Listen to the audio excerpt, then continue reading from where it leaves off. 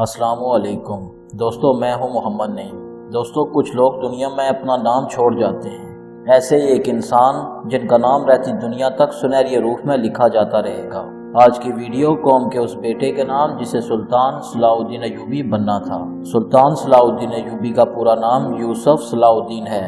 بہت سے لوگ ان کا نام صلاح الدین یوسف بن ایوب بتاتے ہیں، دوستو جو درست نہیں۔ آپ کے والد محترم کا نام نجم الدین ایوب تھا۔ آپ کے دادا کا نام تاریخ میں شادی کے نام سے ملتا ہے۔ آپ کے چچا کا نام اسد الدین شیر کو ہے، جو سلطان نور الدین زنگی کی فوج کے سالار تھے۔ سلطان صلاح الدین ایوبی نے بہت سے مارکے اپنے چچا اسد الدین شیر کو کی قیادت میں لڑے۔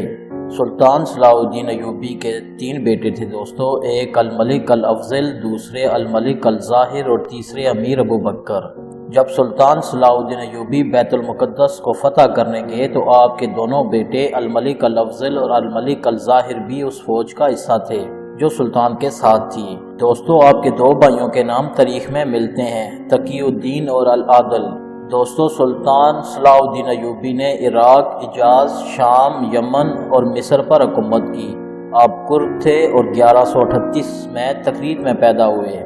دوستو، اسلام کے عظیم مجاہد اور عظمت اسلام کے پاسباں سلطان صلاح الدین ایوبی کے دور میں جتنی اسلام کو سازشیں ہوئیں اتنی کسی اور دور میں نہیں ہوئیں۔ دوستو، سلطان کا طریقہ جنگ ہی کچھ ایسا تھا کہ صلیبی جنگی طاقت میں برتری کے باوجود بھی شکست کھا جاتے تھے۔ دوستو، کمانڈو جنگ کے بانی سلطان صلاح الدین ایوبی ہی تھے۔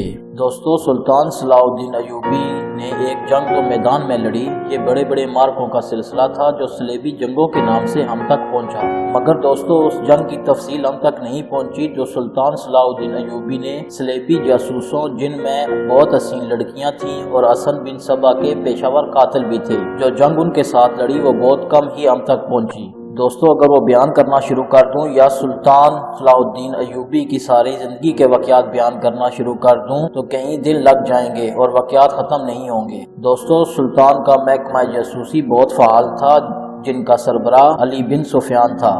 دوستو، سلطان صلاح الدین ایوبی پر 4 قاتلانہ حملے ہوئے، جن سے مرد مجاہد ڈرامائی طریقے سے اپنے زور بازو سے ہر بار بچ گیا۔ حملہ کروانے والے صلیبی تھے اور حملہ کرنے والے فدائیوں کا سردار جب قیدی بنا تو سلطان نے اعلیٰ ظرف کا مظاہرہ کرتے ہوئے سردار کو اور اس کے ساتھیوں کو آزاد کر دیا۔ اس کے بعد حسن بن سبا کے سردار نے سلطان صلاح الدین ایوبی کے قتل کا کوئی منصوبہ نہ لیا۔ جو بھی اس کو سلطان کے قتل کا کہتا تو فدائیوں کا سردار کہتا کہ جس کو ہم سوتے ہوئے قتل نہیں کر سکے اس کو قتل کرنا ناممکن ہے، ان کی حفاظت خدا کرتا ہے۔ 1171 کو جب سلطان صلاح الدین ایوبی کو مصر کا گورنر مقرر کیا گیا دوستو، تو اس وقت مصر کی فوج کا کمانڈر ناجی نامی ایک انسان تھا جو درپردہ صلیبیوں کے ساتھ ملا ہوا تھا۔ اس نے ان فوجیوں کو جو سوڈانی تھے بغاوت پر تیار کر لیا تھا۔ اس بغاوت کو کیسے کچلا گیا دوستو، یہ ایک بہت لمبا واقعہ ہے جس کے اوپر میں پھر کبھی ویڈیو بناؤں گا۔ دوستو، مسلمان غداروں نے سلطان کو جب ان مارکوں میں لڑتے دیکھا جو سلطان صلاح الدین ایوبی نے اپنے چچا اسد الدین شیر کو کی قیادت میں لڑے تھے، تو یہ لوگ جان گئے تھے کہ اگر یہ شخص اقتدار میں آ گیا تو اسلامی سلطنت کو مذہب اور اخلاقیات کی پابندیوں میں جکڑ لے گا، لہٰذا انہوں نے درپردہ داؤ کھیلا جو سلطان صلاح الدین ایوبی کو گرا سکتا تھا۔ انہوں نے درپردہ صلیبیوں سے تعاون کیا اور ان کے جاسوسوں اور تخریب کاروں کے لیے زمین ہموار کی اور سلطان کے رستے میں چٹانیں کھڑی کی۔ دوستو، اگر سلطان نور الدین زنگی نہ ہوتے تو آج نہ سلطان صلاح الدین ایوبی کا تاریخ میں نام ہوتا اور نہ آج نقشے پر اتنے زیادہ اسلامی ممالک نظر آتے۔ سلطان نور الدین زنگی نے سلطان صلاح الدین ایوبی کے ذرا سے بھی اشارے پر کمک اور مدد بھیجی۔ دوستو، جب 1174 کو سلطان نور الدین زنگی کی وفات ہوئی تو دمشق کے عمراء جو درپردہ صلیبیوں کے ساتھ تھے انہوں نے نور الدین زنگی کے بیٹے الملک الصالح کو جو 13-14 سال کا بچہ تھا کرسی پر بٹھا دیا۔ سلطان نور الدین زنگی کی وفات کے بعد ہی بہت سے قلعے کے حکمرانوں نے خود مختاری کا اعلان کر دیا، جن میں حماس، موصل اور حلب قابل غور تھے۔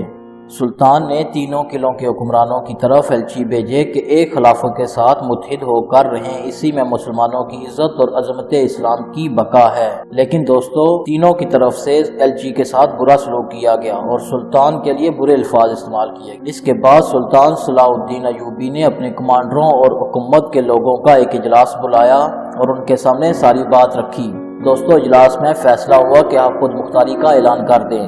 پھر دوستو سلطان صلاح الدین ایوبی نے 1174 میں خود مختاری کا اعلان کیا۔ پھر سلطان کو اپنے غدار مسلمان بھائیوں کے ساتھ لڑنا پڑ گیا، کیونکہ حماس، موصل اور علب کے قلعے کے حکمران سلطان کے خلاف ہو گئے تھے اور صلیبیوں سے مل گئے تھے اور سلطان کے خلاف مدد مانگ رہے تھے۔ صلیبیوں نے مدد کا وعدہ تو کیا لیکن مدد نہ کی۔ سلطان نے 1186 تک غدار مسلمانوں سے بہت سے قلعوں کے ساتھ ساتھ موصل، حماس اور علب کے قلعے بھی حاصل کر لیے تھے۔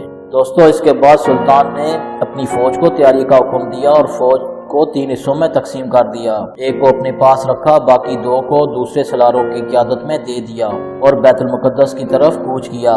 لیکن رستے میں سلطان نے سمت بدل کر اپنے حصے کو رچنالڈ کے قلعے کے پاس خیمہ زن کر دیا۔ 2-3 دن کے بعد حاجیوں کا قافلہ وہاں پہنچا، جن کی سلطان نے خاطر مدارت کی اور ان کو محفوظ مقام تک پہنچایا۔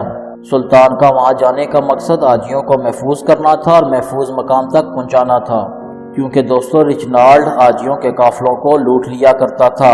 اس سے پہلے اس نے حاجیوں کے قافلے کو لوٹا اور پیارے نبی صلی اللہ علیہ وآلہ وسلم کی شان میں گستاخی کی اور حاجیوں سے مخاطب ہو کر کہا کہ بلاؤ اپنے محمد کو، آ کر تم کو بچائے۔ اسی وجہ سے سلطان نے رچنالڈ کو مارنے کی قسم کھائی تھی۔ اس کے بعد دوستو بیت المقدس کی فتح کے لیے مارکوں کا سلسلہ شروع ہوا۔ بیت المقدس تک راستے میں جو بھی صلیبیوں کا قلعہ آیا، سلطان نے اس کو فتح کیا۔ دوستو آتین کے قلعے کو جب سلطان صلاح الدین ایوبی نے فتح کیا تو بہت سے اہم لوگ قیدی بنے۔ ان میں 2 قابل غور ہیں، ایک رچنالڈ اور دوسرا انٹیلیجنس کا سربراہ ہرمن۔ ہرمن کو سلطان نے مشروب پیش کیا اور اس کو مصر بھجوا دیا اور قید کر دیا۔ رچنالڈ کو مارنے کی قسم سلطان صلاح الدین ایوبی نے کھائی تھی تو ایک ہی وار میں سلطان نے رچنالڈ کا سر تن سے جدا کر دیا۔ دوستو سلطان نے اپنے سے بہت بڑے دشمن کو، جس میں یورپ کے بہت سے ملکوں کی متحدہ افواج تھی، شکست دے کر 1192 کو بیت المقدس فتح کیا۔ سلطان سب سے پہلے مسجد اقصی گئے اور سربسجود ہوئے اور خدا کا شکر ادا کیا، اور سلطان نور الدین زنگی نے جو ممبر اپنی زندگی میں بنوایا تھا اس کو بیت المقدس میں رکھوایا۔ دوستو 1193 کی شروع میں سلطان کی صحت مسلسل جنگوں کی وجہ سے خراب ہو گئی، جو دن بدن زیادہ خراب ہوتی گئی۔ بالآخر دوستو 4 مارچ 1193 کو دنیا کا اور اسلام کا عظیم مجاہد دنیا سے پردہ فرما گیا۔ کفن کے پیسے نہ تھے تو دوستو کفن بہاؤالدین شہداد اور قاضی الفضل ابن زکی نے درپردہ پیسے جمع کروا کر خریدا تھا۔ دوستو بہاؤالدین شہداد سلطان کے بہت قریبی دوست تھے اور جو کچھ آپ کے سامنے میں پیش کر رہا ہوں انہی کا لکھا ہوا ہے۔ دوستو 5-6 ملکوں پر حکومت کرنے والے نے جب دنیا سے پردہ فرمایا تو آپ کے پاس 47 درہم چاندی کے اور 1 ٹکڑا سونے کا تھا۔ اللہ سے دعا ہے دوستو کہ آج بھی کوئی سلطان صلاح الدین ایوبی جیسا پیدا ہو جو بیت المقدس کو آزاد کروائے۔ آمین۔ اللہ حافظ دوستو۔